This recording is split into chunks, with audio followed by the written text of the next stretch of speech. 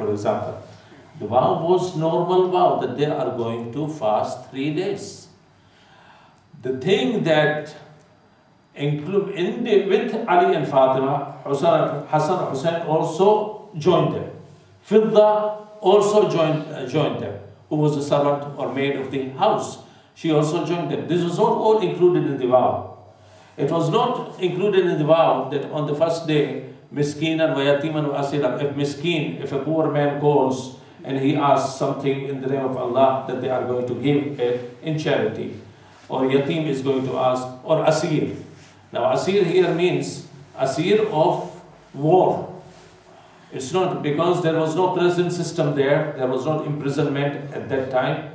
And the asir were those who are taken in the war, and then they are raised in the houses of those who adopt them. And then eventually they become part of the family. And they get all the rights that the family members get. So asir here in this particular ayat means asir of war. In any case, now we have to look at these ayahs and the surah. The surah itself is i'jaz. Quran on its own is mu'jiza. Surah itself is i'jaz. If you look at the way the ayahs of the Quran flow, if you look at the expressions used, if you look at the eloquence used, if you look at the system and the rhythm and rhyme that flows with the ayahs of the Quran, this is only one example I will be giving you in order to illustrate my point. It is just to draw an example and to illustrate the point that I am making. But there are hundreds of verses of this nature throughout the Quran. That's why those people who know the language, those people who know the sensitivity of the language, tarkeeb of the language, those people who know that it is neither poetry nor it is prose, it is something in between, and those people who know that the poets, when they write their poetry, they have got at their disposal the principles of literacy, the principles of, because poetry is included in the literature, in as much as prose is included in the literature. So what is it? I mean, the people of Al-Jahiliyyah were puzzled, were flabbergasted when they came across the ayahs of the Quran, that they could not bear the message. And how could they bear the message when Allah subhanahu wa ta'ala himself says, لَوْ أَنزَلْنَا هَذَا الْقُرْآنَ عَلَى جَبَلٍ لَرَأَيْتَهُ خَاشِعًا مُتَصَدِّعًا مِنْ خَشْيَةِ اللَّهِ. That if we had revealed this Quran on a mountain, you see, on a mountain, على جبل لرأيته خاشعا متصدعا من خشية الله, you would have seen it because of due to fear of Allah, it is being humble and becomes in pieces. This is going to be the effect on the mountain. So what do you think about the heart of Muhammad, which bear the entire message?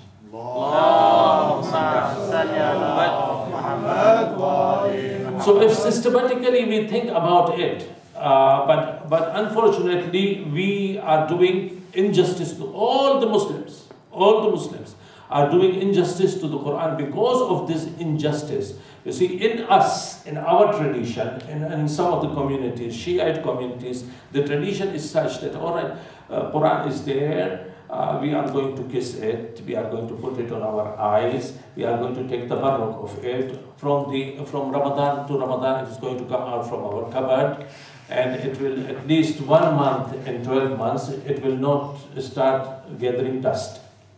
Otherwise, 11 months are there for the Quran to gather dust. The maximum, we are prepared even to go, that see how much we revere and respect the Quran, that we are going to put it on the head of the bride when she is leaving the house of her father and going to the house of her husband.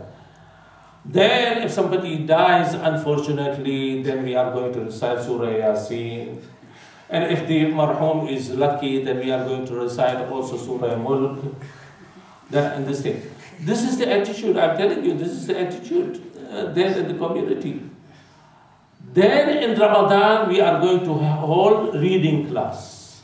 Now, this is the maximum justice that we are going to do to the Quran, that we are going to read it. If we go a step ahead, then we will try to understand it, but not to implement it. If we read it properly, with makhraj and with correct recitations, then the next step is to understand it. The third step should be to implement it. We rarely come to the stage of implementation. Otherwise, the Prophet would never have presented his case in front of Allah subhanahu wa ta'ala, of which the Quran bears testimony. وَقَالَ الرَّسُولُ يَا رَبِّي إِنَّ قَوْمِ اتَّخَذُوا هَذَا الْقُرْآنَ مَهْجُورًا. The messenger said, "O Allah," in front of Allah subhanahu wa ta'ala on the day of judgment, that, "O Allah, my own community forsake this Quran."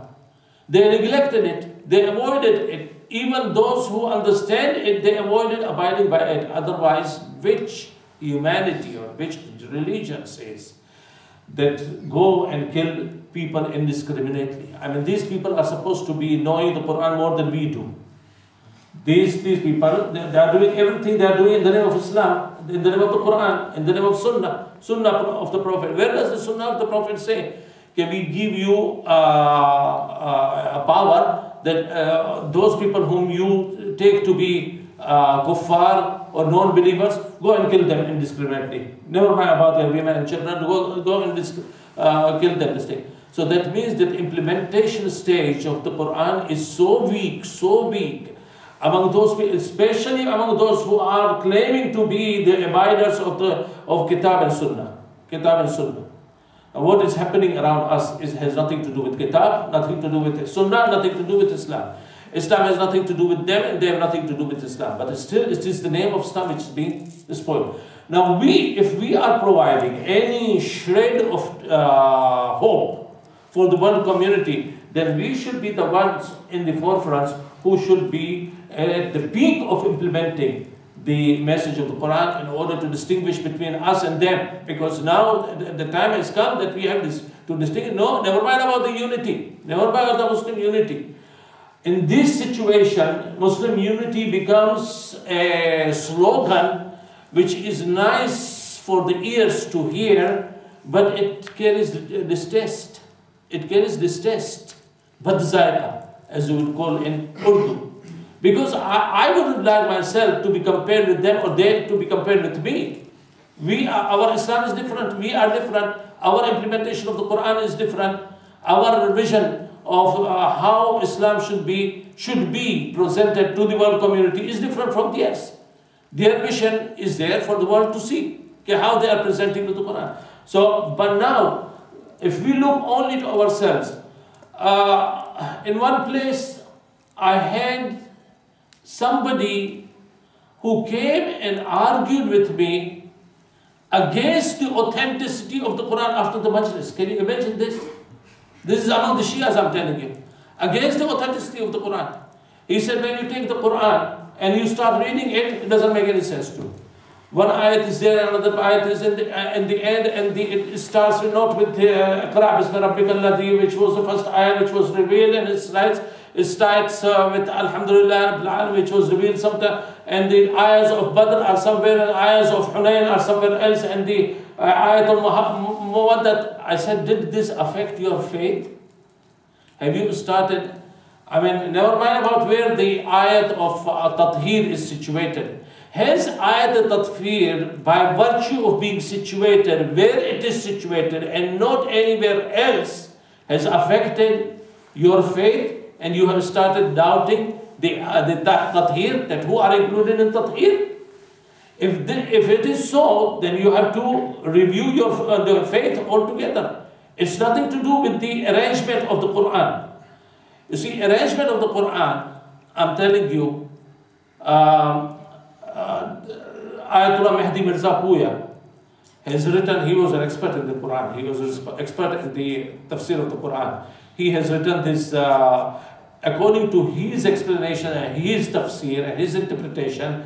Mir Ahmad Ali wrote his tafsir of the Quran, which is available in English, that big copy, which is available in English. He writes in his book called The Essence of the Quran, he writes the Quran is arranged exactly as it was arranged in the time of the Prophet.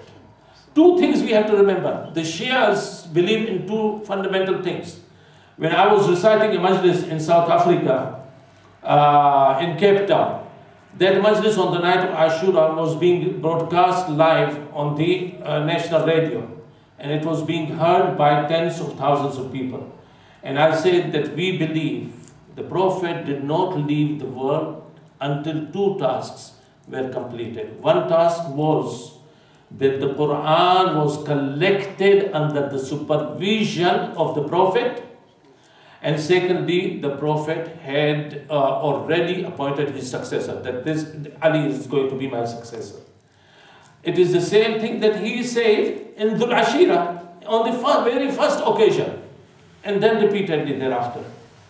Then somebody came after the night, on the Ashura night, and he said, which means that you have presented a formula which, if implemented, if you abide by this, okay, these two tasks were completed by the Prophet, and then only he left as well. That means there can never be any unity between Shias and Sunnis, because we don't believe in this. We believe that Quran was collected by Uthman, and until then it was not collected. And you know, there's famous theory that the task started from the time of Umar, that after the battle of Yarmouk, they feared that the Huffaz of the Quran are all going to be killed, and that there will be nobody to be the successor of the knowledge of the Quran, and that's why a committee was appointed and the task was completed in the time of Uthman. I said that Tarawih prayers were presented by whom? By Umar. So if the Quran was not there, it was not in existence, what did you recite in the Tarawih prayers? It is as simple as this. What did you recite? Either you said you recited some other Quran, or the Quran was in existence, and that's why then you recited the Quran in the Tarawih prayers. So at least for the sake of Tarawih prayers, don't try to bring in your sectarian battles on the Quran. Now here, when I said this to my Sunni brother, but I know inside out that our Shias are also to be blamed. This person, how could he dare to say that this old bumble jumble, which we recite, when we read, we are about to be misled. This is a Shia telling me. We are about to be misled because it is not arranged in chronological order. I said, what difference it will make? All right, if you say it is not, it would make a lot of difference for you to understand the Quran properly if it is arranged in chronological order. Actually, there is a hikmah that it was not arranged in chronological order. But this is not my subject tonight, because I have recited an ashra on this subject, a 10 majlis on this subject. But if it is going to make all the difference to your faith, whether that if it was arranged in chronological order, your faith is going to increase in the Quran, and it will make more sense to you, and you will be able to follow the history of Islam through the Quran. Or the Quran is not the book of history. It is not a book of science. It is not a book of astrology. It is a book of knowledge. It is a book of guidance. Look at Quran. Look at each ayat independently. It will make sense to you. But you don't want to do any effort. You want a cake to be presented with its icing to you, so that you don't even have to put icing on the cake.